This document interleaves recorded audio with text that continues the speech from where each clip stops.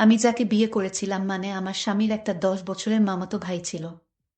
সেই 10 বছরের মামাতো ভাইটা আমার দিকে এক অন্যরকম দৃষ্টিতে তাকিয়ে থাকত, যেন আমার কাছে তার কিছু চাওয়া। কিন্তু একদিন হঠাৎ ছেলেটি বলল, আমাকে আপনি স্নান করিয়ে দিবেন। আমি ভাবলাম তার বয়স 10, সে নিজেই স্নান করতে পারে, কিন্তু আমাকে দিয়ে স্নান করাতে চায় কেন? ছেলেটি কান্না করে বলল, আমার মা থাকলে আমাকে ঠিকই স্নান করিয়ে দিত।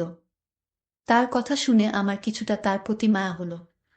কিন্তু স্নান করাতে গিয়ে যে ঘটনাটা মাত্র 10 বছরের ছেলে আমার সাথে ঘটিয়েছিল তা শুনলে আপনার মাথা ঘুরে যাবে। তাহলে শুনুন, গল্পটি বলি। আমার নাম সবিতা, আমার স্বামীর নাম অলি। আমি কিছুদিন যাবৎ লক্ষ্য করছি, আমার রুমে প্রতি রাতে 10 বছরের একটা ছেলে আমার রুমে ঢুকে। সেই কম বয়সী ছেলেটি আমার সাথে কি করতে চায় এবং আমার কাছে কি চায়, কিন্তু আমি চোখ মেলে তাকাতেই আমি আর তাকে দেখতে পাই না। কিন্তু দরজা জানালা তো ভিতর থেকে লাগানো, তাহলে এই রুমে কিভাবে আসলো সে? ছেলেটি তখনও সেখানেই দাঁড়িয়ে আছে। সবিতা ভাবল, কে ছোট বালকটি আমার রুমে কি করছে। সবিতা এই ভেবে তার পিছনে থাকা বেড সুইচটা অন করে এবং যেই সামনে তাকায় দেখে যে তার এখন রুম সম্পূর্ণ খালি। কেউ নেই তার রুমে। কিন্তু একটু আগেই যাকে দেখতে পেল সে কে ছিল তাহলে? ভাবতেই যেন সবিতা খুব ভয় পেয়ে যায়। তার শরীর ঘামতে থাকে। এটা এমনিতেই শীতের মৌসুম। সবিতার কপাল বেয়ে ঘাম পড়তে থাকে। সে ভাবল এটা কোনো ভূতদস্ত। পাশের রুমেই তার বাবা মা ঘুমিয়ে আছে। চিৎকার দিলে হয়তো এখনই উঠে আসবে। কিন্তু সবচেয়ে বড় কথা হচ্ছে, এটা যদি আমার বিভ্রান্তি হয়ে থাকে তাহলে সবাই আমাকে নিয়ে উপহাস করবে। কেননা আমি একজন ডাক্তার। তার কাছে ভূত বলতে কিছুই নেই এখানকার যুগে। আর মাত্র কয়েকদিন পর সে নিজেই নিজের হবু স্বামী অলির সাথে একটা ছোট্ট ক্লিনিক খুলতে যাচ্ছে। অলি নিজেও একজন ডাক্তার। তাদের প্রেম 2 বছর আগে শুরু হয়েছে, যখন তারা মেডিকেলে সেকেন্ড ইয়ার এ পড়ে। সবিতা পড়াশোনায় খুবই তীক্ষ্ণ মেধা সম্পন্ন ছিল, কিন্তু ক্লাসের বাহিরে সে কারো সাথে একটা কথাও বলতো না। সবসময় যেন মন মরা হয়ে থাকত। কিন্তু অলি মনে মনে সবিতাকে খুব ভালোবাসত। যদিও অনেকবার সবিতা অলিকে রিজেক্ট করে দিয়েছিল, কিন্তু অলি ও ছিল নাছোড়বান্দা। সবিতাকে ভালোই ভেসেই যাচ্ছিল। ফলশ্রুতিতে সব গল্পের শেষের মতো একসময় সবিতা অলির কাছে হেরে যায়। এদিকে বর্তমানে সবিতা রুমে কাউকে না পেয়ে কিছুটা হতভম্ব হয়ে যায়। তাই এতক্ষণ ভাবনার জগতে ডুবেছিল। তার ভাবনার বিচ্ছেদ ঘটে একটা অদ্ভুত রকমের বিড়ালের আওয়াজ। বলে রাখা ভালো, এই বিড়ালটা 10 বছরের ছেলেটি আমার রুমে বিড়াল ছেড়ে দিয়েছিল, আমাকে হয়তো ভয় দেখানোর জন্য। এর মাধ্যমে ঘাড় ঘুরিয়ে একটু নিচে তাকাতেই দেখল কালো রঙের একটা বিড়াল সবিতার দিকে তাকিয়ে আছে। সবিতা বুঝতে পারছিল কিছুটা এটা 10 বছরের ছেলের কাজ। কিন্তু কেন সে আমার সাথে এরকম ভয় দেখানোর চেষ্টা করে? অবশ্যই এর পিছনে কোনো রহস্য আছে। আমি ভয় পেয়ে গেলাম বিড়ালটি দেখে। আমি ভয় পেয়ে দৌড়ে মা বাবাকে পাওয়ায় 2 হাত দিয়ে জড়িয়ে ধরি আমি। মা কি হয়েছে জানতে চাইলে আমি সবকিছু বলি। মা বাবা দুইজনই সবিতার রুম দেখার জন্য আসে, কিন্তু তারা সেই ছেলেটি কিংবা সেই বিড়ালটি কোনোটিকে খুঁজে পায় না। জানালাও লাগানো। তাই তারা এক প্রকার নিশ্চিত হয়ে যায় যে তাদের মেয়ে দুঃস্বপ্ন দেখেছে। মা বাবা আমাকে বুঝিয়ে চলে গেল। রুমে শুধু বসে রইলাম আমি। চারদিকে আবার নিজের 2 চোখ বুলিয়ে নিল। মন দিয়ে সবকিছু দেখতে লাগলো। সবিতা নিজেও বুঝে নিল যে এটা শুধু তার দুঃস্বপ্ন ছাড়া কিছুই ছিল না। তাই সে নির্বিঘ্নে আবার শুয়ে পড়ল। পরের দিন সকালে সবিতার ঘুম ভাঙল অলি এর ফোনে। এটা যেন এখন রুটিন হয়ে গেছে। রোজ সকালে সবিতার ঘুম ভাঙানোর দায়িত্বটা যেন অলি নিজেই নিয়েছে। সবিতা পাশে থাকা ফোনটা তুলতেই অলি বলতে লাগল, কি করো তুমি? এই তো বিছানায় শুয়ে শুয়ে চাঁদ দেখি। এই তোমাদের বাসার ছাদ ফুটো হয়ে গেছে নাকি? না হলে বিছানায় বসে চাঁদ কিভাবে দেখো? আরে বোকা, আমি তো মজা করেছি। তাছাড়া এই দিনের বেলায় চাঁদ কোথায় পাবো আমি? ওহ তাই তো। থাক, আর হাসতে হবে না। কি বলবে বলো, আমার ফ্রেশ হতে হবে। চলো না আজ আমরা দেখা করি। কতদিন হয়ে গেল দেখা করি না। দেখা হলে গল্প করতে পারবো। মনটা হালকা হবে। শুধু ফোনে কথা বলে সময় পার করে দিই। পরশু দিন ও তো দেখা করলাম। আর আগামীকাল কালই তো আমাদের বিয়ে। ওহ, বুঝেছি। আমি কি বুঝাতে চেয়েছি তুমি বুঝে ফেলেছ। ঠিক আছে, আসব। এখন বাই। বলেই সবিতা ফোনটা কেটে দিল। ফ্রেশ হয়ে খাবার খেয়ে নিয়ে বেরিয়ে পড়ল যেখানে অলি আর সবিতা রোজ দেখা করে আসছে। সবিতাদের কোনো গাড়ি নেই, তাই সবিতা রিক্সা ব্যবহার করছে। পার্কের সামনে নামতেই দেখে অলি দাঁড়িয়ে আছে। দুইজনে মিলে ভিতরে গিয়ে বসে গল্পগুজব করছে। হঠাৎ করে সবিতা নিজের ভিতর কিছুটা অস্থিরতা অনুভব করতে থাকে। নিজের ভালোবাসার মানুষ, নিজের হবু স্বামীর সাথে সদ্য হাসি খুশি করা মেয়েটা যেন নিমেষেই কিছুটা অস্থিরতা অনুভব করছে। এই অস্থিরতা কিসের চাইতেও যেন মনে করতে পারছে না সবিতা। অলি সবিতার এই দিকটা খুব ভালোভাবে লক্ষ্য করল। সে কিছুই না বলে শুধু সবিতার এমন দশা দেখে যাচ্ছে। হঠাৎ একজন পথভিক্ষুক এসে অলি এর সামনে বলল, স্যার গো কয়টা টাহা দেন, আজ 2 দিন ধইরা কিছু খাই না। অলি নিজের মানিব্যাগ থেকে 100 টাকার একটা একটা নোট বের করে দেয়। কিন্তু এদিকে সবিতার সামনে দাঁড়িয়ে থাকা এই লোকটিকে এক নজরে দেখেই যাচ্ছে। তার যেন চোখের পাতা পড়ছেই না, মনে হচ্ছে সবিতা যেন এই লোকটিকে কত না দিন ধরে চিনে। কিন্তু সবিতার চোখে এই লোকটি 10 বছরের ছেলে, আর অলির চোখে 7 বছরের বুড়ো। সবিতা দেখল ছেলেটি তাকে ইশারা করে বলছে, আজ রাত দেখা হবে তোমার সাথে এবং অনেক কথা আছে। সবিতা তার এই কথা শুনে আর সহ্য করতে না পেরে অজ্ঞান হয়ে যায় এবং অলি এর সামনেই মাটিতে লুটিয়ে পড়ে। অলি ভাবল হয়তো সামনে দাঁড়িয়ে থাকা ভিক্ষুককে দেখে ভয় পেয়ে গেছে, তাই অলি ভিক্ষুকটিকে চলে যেতে বলল। অলি তাড়াতাড়ি করে সবিতাকে তুলে নিজের গাড়িতে শুয়ালো। সবিতাদের বাড়িতে নিয়ে যেতেই নিজের মেয়েকে অজ্ঞান অবস্থায় দেখে সবিতার বাবা মা যেন খুবই চমকে গেল। কিন্তু অলি তাদের সান্ত্বনা দেওয়ার জন্য বলল যে সবিতা শুধুমাত্র ফ্রাস্ট্রেশন এ পড়ে জ্ঞান হারিয়েছে। এই বলে অলি নিজের বাসায় চলে গেল। কোনো না, আগামীকালই তাদের বিয়ে। অনেক প্রস্তুতি এখনো বাদ আছে। পরের দিন দুই পরিবারের মাঝে যেন খুশির পাহাড় নেমে আসে। আজ সবিতা আর অলির বিয়ে। বাহিরের সবাই অলি এর সাথে কথা বলছে, আর এদিকে ঘরের ভিতর সবিতা বসে আছে। রুমে কেউ নেই। যেখানে সবিতার সবচেয়ে বেশি খুশি হওয়ার কথা সেখানে সবিতা কিছুটা মনমরা।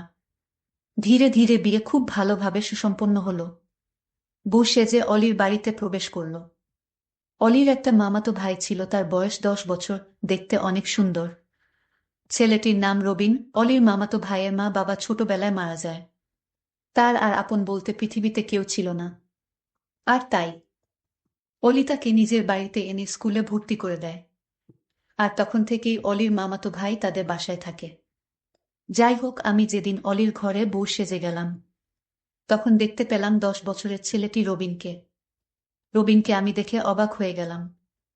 আমার রুমে যে ছেলেটিকে দেখতে পেতাম ঠিক রবিনের মতো।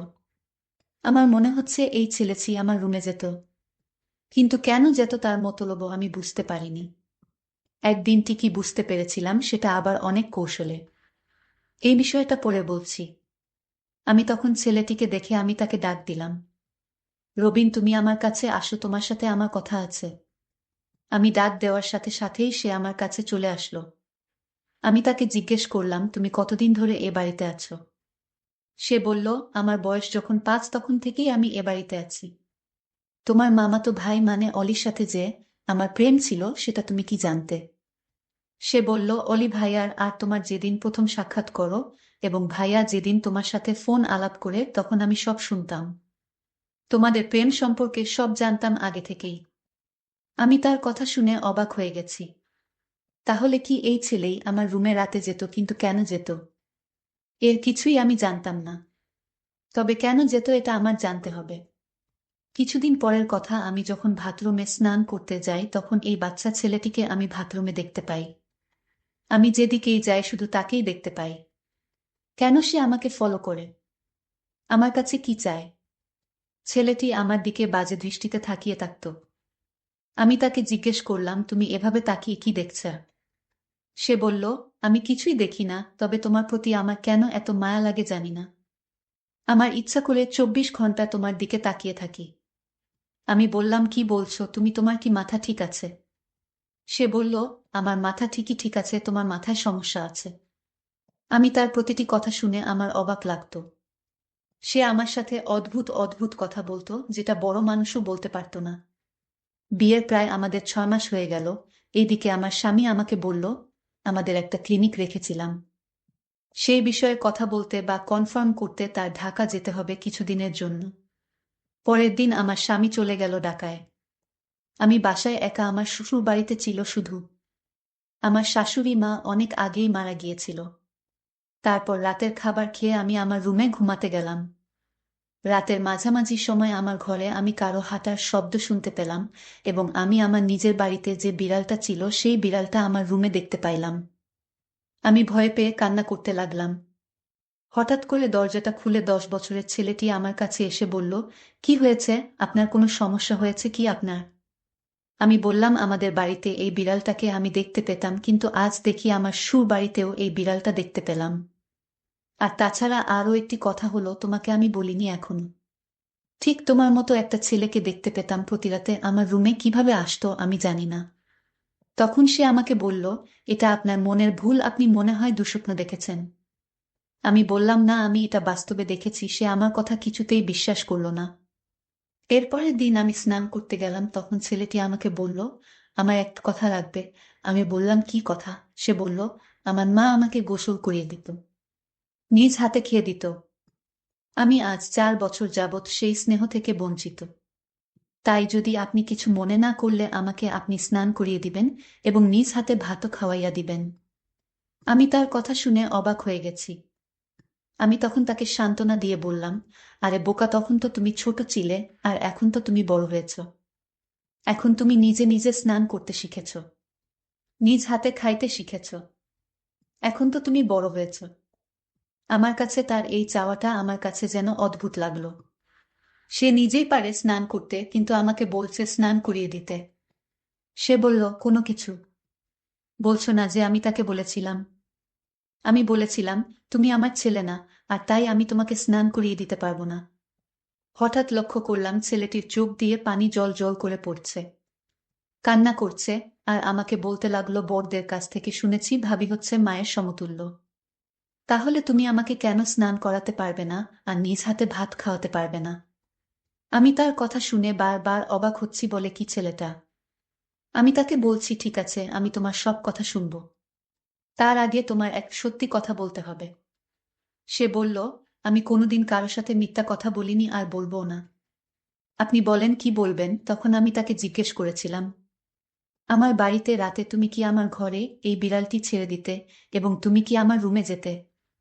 তখন সে বলল, আমিই যেতাম। তার এই কথাটা শোনার পর আমার সারা শরীর ভয়ে কাঁপতে লাগলো। মাত্র 10 বছরের ছেলেটি কিভাবে আমার রুমে গেল? আমি তাকে আবার জিজ্ঞেস করলাম, কেন যেতে আমাদের বাড়িতে? তখন সে বলল, আগে আমাকে স্নান করিয়ে দাও, তারপর বলছি। তার আগে আমি কিছুই বলবো না। তার একটাই কথা, তাকে স্নান করিয়ে দিতে হবে। আমি তাকে সন্দেহ করতে লাগলাম আর ভয়ও করতাম, কারণ তার যে কোনো উদ্দেশ্য আছে। আমি মনে মনে একটা সিদ্ধান্ত নিলাম তাকে পরীক্ষা করার জন্য। আমি তার মনের উদ্দেশ্যটা জানার জন্য আমি তাকে স্নান করাতে রাজি হলাম। আমি তাকে স্নান করাতে নিয়ে গেলাম। স্নান করার সময় সে কান্না করতে লাগলো আর বলতে লাগলো, আমার মা বেঁচে থাকলে হয়তো তোমার মতো এভাবেই স্নান করিয়ে দিত। 10 বছরের সেই ছেলের কথা শুনে আমি অবাক হতাম। ঠিক আছে, আজ তো তোমায় স্নান করিয়ে দিলাম, তোমার কথা রাখলাম, এখন বলো, এই বিড়াল এবং আমার ঘরে তুমি কিভাবে যেতে? তখন সে যে কথাটা বলল তা শুনে আমার মনে হলো আমার দম বন্ধ হয়ে আসছে। সে বলল, আমার মা মারা যাওয়ার পর আমি আমার মায়ের জন্য কান্না করতাম। আমি আমার মাকে কিছুতেই ভুলতে পারতাম না। আমার মায়ের মুখখানা সবসময় চোখে ভেসে উঠত। আমার রাতে ঘুম আসতো না। আমি মামার কোনো কথা শুনতাম না। আমি এদিক সেদিক চলে যেতাম। তখন মামা আমাকে একজন সাধু বাবার কাছে নিয়ে চলে। সাধু বাবা আমায় দেখে বলল, এই ছেলের তার মায়ের জন্য পাগল। সে যদি তার মাকে দেখতে না পায় তাহলে কিছুদিনের ভিতরে পাগল হয়ে যাবে। মামা বলল, তাহলে এখন উপায় কি? সাধু বাবা তখন বলল, ওকে আমি একটা পোষা বিড়াল দিব, আর এই বিড়ালটি যার ঘরে থাকবে সেই ঘরে অবিবাহিত মেয়েটিকে সে তার মায়ের মতো দেখতে পাবে। সাধু বাবা তখন আমার মামাকে এই বিড়ালটি দিল এবং বলল যে এই বিড়ালটি যার বাড়িতে রাখবে সেখানেই তার মাকে দেখতে পাবে। মামা তখন এই বিড়ালটি দিয়ে আমায় বলল, আমার সন্তান মানে আমার মামাতো ভাই যাকে বিয়ে করব তার বাড়িতে রেখে আসো। আমি তাই করলাম। এরপর থেকে আপনারে দেখতে মায়ের মতো লাগে। তাই আপনাকে দেখার জন্য আপনার রুমে যেতাম, কারণ আপনি তখন আমার চোখে মায়ের মতো হয়ে গিয়েছিলেন। তাই আপনার মায়া আমি কিছুতেই ভুলতে পারিনি। আর মায়ের কিছুটা অভাব পূরণ করার জন্য আমার মামাতো ভাই আপনাকে বিয়ে করে। কারণ গুণী লোকেরা বলতো ভাবি মায়ের মতোই হয়। আর তাই আপনাকে এ বাড়িতে বিয়ে করে আনা হয়েছে। হয়তো এই সম্পূর্ণ প্ল্যান মামার ছিল, শুধু আমাকে ভালো রাখার জন্য। আমি তার কথা শুনে অবাক হয়ে গেলাম এবং তাকে আমি মায়ের মতো স্নেহ করা শুরু করলাম। বন্ধুরা, গল্পটি কেমন লাগলো তা কমেন্ট করে জানাতে ভুলবেন না। সবাই ভালো থাকবেন। ধন্যবাদ।